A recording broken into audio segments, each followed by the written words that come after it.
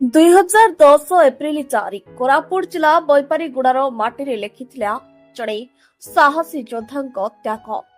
ଭଞ୍ଜନଗର ଥାନା ଜିଲୁଣ୍ଡି ଗ୍ରାମର ଏସଓଜି ଯବାନ ସଞ୍ଜୟ କୁମାର ପ୍ରଧାନ ଦେଶ ଓ ମାଟିର ସୁରକ୍ଷା ପାଇଁ ଡ୍ୟୁଟି କରୁଥିବା ବେଳେ ମାଓବାଦୀଙ୍କ ଆକ୍ରମଣରେ ଶହୀଦ ହୋଇଥିଲେ।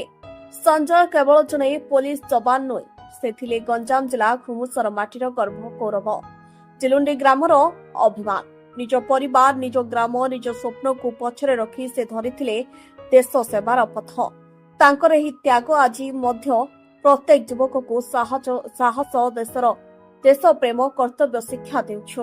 ଆଜି ରାଜ୍ୟ ପୋଲିସ ମହାନିର୍ଦ୍ଦେଶକଙ୍କ ଆଦେଶ କ୍ରମେ ଭଞ୍ଜନଗର ଅତିରିକ୍ତ ଏସପି ରଞ୍ଜନ କୁମାର ଦେ, ଥାନା ଅଧିକାରୀ ଜୀବନାନନ୍ଦ ଜେନା, ଏସଆଇ ଲକ୍ଷ୍ମୀଧର ମହାନ୍ତିଙ୍କ ସମେତ ଭଞ୍ଜନଗର ପୋଲିସ ପ୍ରଶାସନ ପକ୍ଷରୁ ଉକ୍ତ ପରିବାର ବର୍ଗ ପାଖରେ ପହଞ୍ଚି ଶ୍ରଦ୍ଧାଞ୍ଜଳି ଜ୍ଞାପନ କରିଥିଲେ।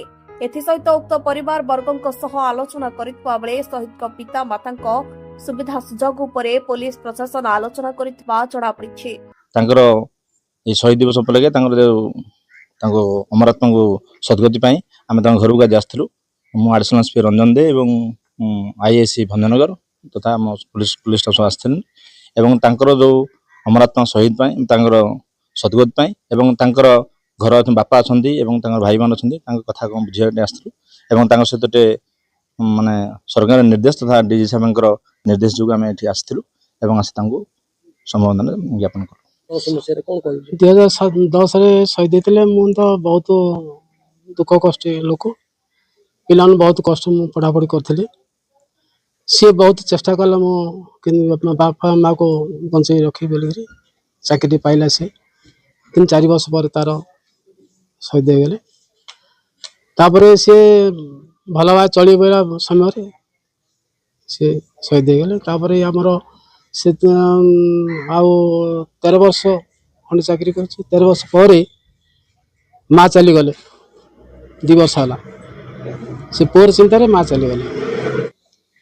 ସେ ଦେଶ ପାଇଁ ଯାଇଛି, ମୁଁ ମଧ୍ୟ ମାନୁଛି, ବୁଝିଲେ। ମୋ ଭିତରେ କଷ୍ଟ ମୁଁ ରଖିଥାଉଛି ଆଉ ମୁଁ ସହି ସମ୍ଭାଳି ରହୁଛି। ମଧ୍ୟ ସମୟରେ ଖୁସିରେ ରହୁଛି, ସମୟରେ ଦୁଃଖରେ ରହୁଛି। ଗଞ୍ଜାମରୁ ରଞ୍ଜିତ ଜେନାଙ୍କ ରିପୋର୍ଟ, ଶ୍ରୀ ନ୍ୟୁଜ୍।